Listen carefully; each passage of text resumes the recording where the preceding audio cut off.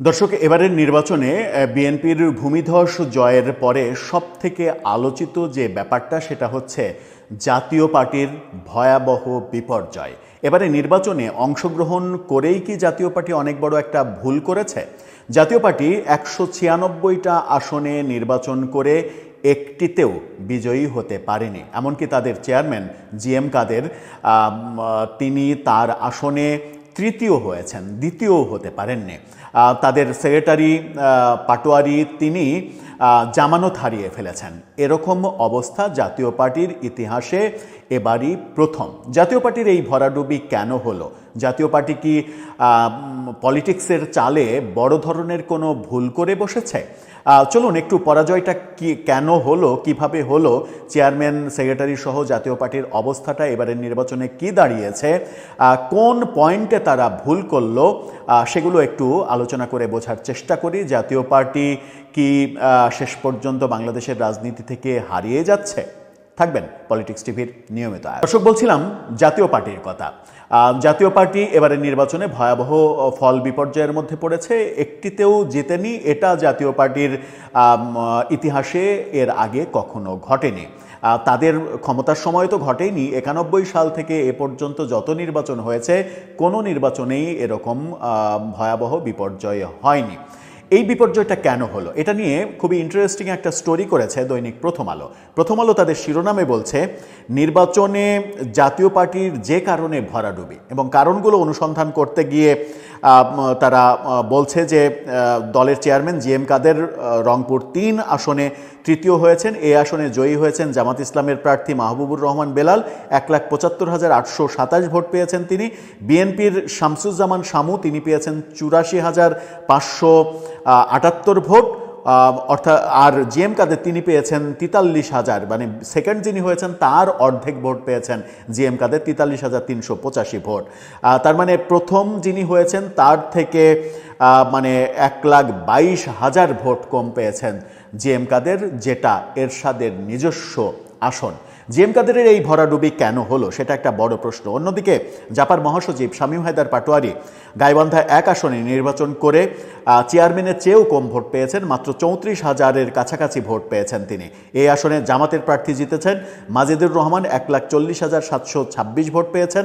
বিএনপির খন্দকার জিয়াউল ইসলাম তিনি পেয়েছেন 37,997 ভোট, আর শামীম হায়দার পাটোয়ারি 34,000 মতো ভোট পেয়েছেন।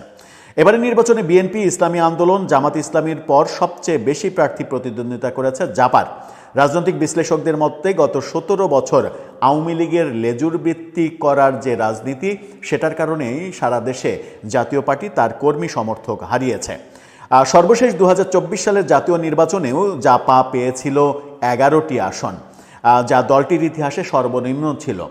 মানে আওয়ামী লীগের আমির নির্বাচনে 11টি আসন জাতীয় পার্টি পেয়েছিল, সেটা ইতিহাসে সবথেকে বড় পরাজয় ছিল। এবার একটি আসনও পেল না। প্রথম আলো বলছে আওয়ামী লীগের মিত্রের পতন। এখানে তারা বলছে আওয়ামী লীগ এবারের নির্বাচনে ছিল না। আওয়ামী লীগের নেতৃত্বাধীন 14 দলীয় জোট ও মিত্র অধিকাংশ দল ভোটের বাইরে ছিল। একমাত্র জাতীয় পার্টি বিপুল সংখ্যক প্রার্থী দিয়েছিল। কিন্তু তার আগে যেটা হয়েছে, নির্বাচনের আগে আনিসুল ইসলাম মাহমুদ, মজিবুল হক চুন্নু, রুহুল আমিন হাওলাদার, কাজী ফিরোজ রশিদরা আলাদা দল করেছেন, আলাদা প্ল্যাটফর্ম তৈরি করেছেন, এবং তারা পরবর্তীতে লাঙল পাবেন না, কোন প্রার্থী প্রতীক পাবেন সেই জটিলতার কারণে তারা তাদের প্রার্থিতাও বৈধতাও হারিয়েছেন। যে কারণে একটা বড় ভাঙন, নির্বাচনের আগে একটা বড় ভাঙন আমরা দেখেছি। এরশাদের শাসনামলে 1986 সালে নির্বাচনে বিএনপি বর্জন করলেও আওয়ামী লীগ অংশ নিয়েছিল। অর্থাৎ আওয়ামী লীগের সঙ্গে যে ঐতিহাসিক সম্পর্ক জাতীয় পার্টির, সেটা আমরা যদি দেখি তাহলে 86 সালে সব দল যখন নির্বাচন থেকে নিজেদেরকে প্রত্যাহার করে নিল, তখনও আওয়ামী লীগ অংশগ্রহণ করেছিল। 96 সালে দীর্ঘ 21 বছর পর আওয়ামী লীগ ক্ষমতায় এসেছিল, সেটা জাতীয় পার্টির সমর্থনে। আওয়ামী লীগ একক সংখ্যাগরিষ্ঠতা পায়নি, জাতীয় পার্টি সমর্থন করেছিল। 2006 সালে বিএনপি জামাত জোট সরকার বিরোধী বিরোধী আন্দোলনে আওয়ামী লীগের জোটসঙ্গী হয়েছিল জাতীয় পার্টি। 2008 সালের ভোটে সমঝোতা করেছিল, আওয়ামী লীগের সঙ্গে মহাজোট করেছিল, সেই মহাজোটে অংশ নিয়েছিল তারা। এবং এরপরে আমরা জাতীয় পার্টিকে সরকার গঠনের সঙ্গেও আওয়ামী লীগের সঙ্গে সম্পৃক্ত হতে দেখেছি এবং আওয়ামী লীগের মন্ত্রিত্ব পেতেও দেখেছি। আওয়ামী লীগের মন্ত্রিত্ব আমরা পেতে দেখেছি আনোয়ার হোসেন মঞ্জু, জিএম কাদের, আনিসুল ইসলাম মাহমুদ, তাদের আওয়ামী লীগের মন্ত্রিত্ব করতে দেখেছি। তার মানে একটা দীর্ঘ সময়, যদি ধরা যায় যে 2008-এর নির্বাচনে বিজয়ী হওয়ার পরে 15.5 বছরের যে দীর্ঘ সময়, এই দীর্ঘ সময় জাতীয় পার্টি মূলত নিজেদের রাজনীতিটা করতে পারেনি, আওয়ামী লীগের সঙ্গে মিলেমিশে একাকার হয়েছে। ব্যক্তিগতভাবে আমি জাতীয় পার্টি করে সারা দেশে অনেককেই চিনি, কিন্তু মানে আশ্চর্যজনকভাবে এবারের নির্বাচনে তাদেরকে আমি দেখেছি বিএনপি করতে, বেশিরভাগই বিএনপি করতে। এবং জাতীয় পার্টি থেকে অনেক নেতাকর্মী গত 15-15.5 বছরে আওয়ামী লীগের শাসনামলে আওয়ামী লীগে ডাইভার্ট হয়েছে, জাতীয় পার্টি থেকে আওয়ামী লীগ হয়েছে। এবারের নির্বাচনে জাতীয় পার্টি থেকে বিএনপি হয়েছে এবং নির্বাচন চলাকালীন সময়েও বহু জায়গায়, বাংলাদেশের বহু জায়গায় জাতীয় পার্টির নেতাকর্মীদের আমরা বিএনপিতে যোগদান করতে দেখেছি। কোন জায়গায় জাতীয় পার্টি মূলত ভুল করলো, এই ইকুয়েশনে যদি আলোচনা করা যায় তাহলে একেবারে স্পেসিফিক একটা জায়গায় আসে, সেটা হচ্ছে জাতীয় পার্টি নির্বাচন করতে গেল কেন। যদি জাতীয় পার্টি আওয়ামী লীগের সঙ্গে সমঝোতা করতে পারত তাহলে তাদের নির্বাচনে যাওয়াটা ঠিক ছিল। ব্যাকডোরে আওয়ামী লীগের সঙ্গে একটা সমঝোতা হলো, আওয়ামী লীগ তাকে সিগন্যাল দিল যে তোমরা নির্বাচনে যাও, আমাদের ভোটগুলো আমরা আমাদের কর্মীদের বলে দেব, তারা যেন লাঙ্গলে দেয়। তাহলে জাতীয় পার্টি হতে পারত এবারের নির্বাচনে প্রধান বিরোধী দল। সেখানে আমরা দেখতাম যে জামাত জোট যত আসন পেয়েছে তার হয়তো 1/4 আসনে চলে যেত তাদের অবস্থান, কিংবা তার একটু বেশি এরকম অবস্থানে যেত। জাতীয় পার্টি দ্বিতীয় সর্বোচ্চ ভোট পেত এবং বিএনপির পক্ষেও নিরঙ্কুশ সংখ্যাগরিষ্ঠতা পাওয়া সম্ভব হতো না। কিন্তু তারা নির্বাচনে যাওয়ার সিদ্ধান্ত নিয়েছে একেবারে শেষ মুহূর্তে, যখন তাদের নির্বাচনের কোনো ধরনের প্রস্তুতি নেই। তারা ফর্ম বিতরণ করেছে নির্বাচনের মনোনয়ন জমা দেওয়ার শেষ দিনের 4-5 দিন আগে থেকে। এই যে অবস্থা, অর্থাৎ তারা সব কাজই তড়িঘড়ি করেছে, তড়িঘড়ি সিদ্ধান্ত নিয়েছে। তার আগে তাদের দলকে আবার বড় ধরনের একটা ভাঙনের শিকার হতে হয়েছে। আওয়ামী লীগের সঙ্গে কোনো ধরনের নির্বাচনের আগে পর্যন্ত কোনো ধরনের সমঝোতায় যেতে পারেনি। সমঝোতায় যখন যেতে পারিনি, তখন জাতীয় পার্টির উচিত ছিল যে কোনো একটা ইস্যু কেন্দ্রিক কথা বলে এই নির্বাচনটা বয়কট করা। তাতে করে তাদের দলের মান সম্মানটা থাকতো। আওয়ামী লীগের সঙ্গে সমঝোতা না করে জাতীয় পার্টি নির্বাচনের প্রস্তুতি না নিয়ে নির্বাচনের মাঠে গিয়ে এবং শেষ পর্যন্ত নির্বাচন করে এক সবথেকে বড় রাজনৈতিক ভুল সিদ্ধান্ত নিয়েছে এবং সেই রাজনৈতিক ভুল সিদ্ধান্তের মানে বলি হতে হলো তাদের সবাইকে। এরপরে যেটা হবে সেটা হচ্ছে যে জাতীয় পার্টি হিসাব করে দেখা যাবে যে এবারের নির্বাচনে সারা দেশে 1% ভোটও পায়নি।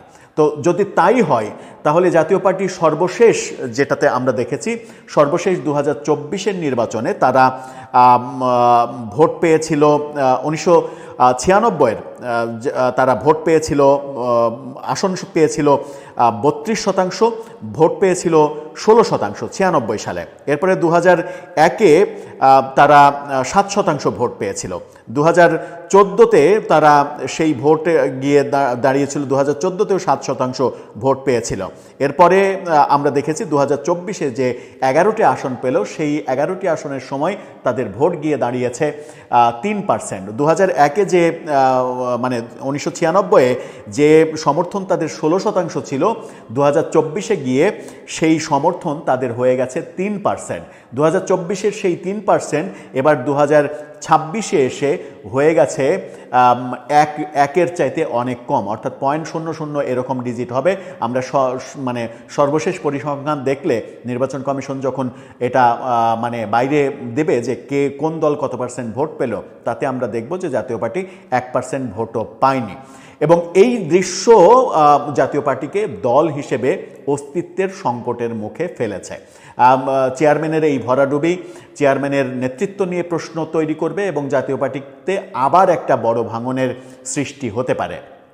জাতীয় পার্টি এরশাদের আমলেই একাধিকবার ভেঙেছে, অনেকবার ভেঙেছে এবং ভাঙা জাতীয় পার্টিরই একটা অংশ আমরা আন্দালিব রহমান পার্থ, যিনি বিএনপির সঙ্গে জোট করে এবার মানে জিতেছেন, আন্দালিব রহমান পার্থ, তার বাবা নাজিউর রহমান মঞ্জু, তিনি জাতীয় পার্টির মহাসচিব ছিলেন, এরশাদের খুবই ঘনিষ্ঠজন ছিলেন, তিনি দল ভেঙেছেন। আনোয়ার হোসেন মঞ্জু, তিনি দল ভেঙেছেন।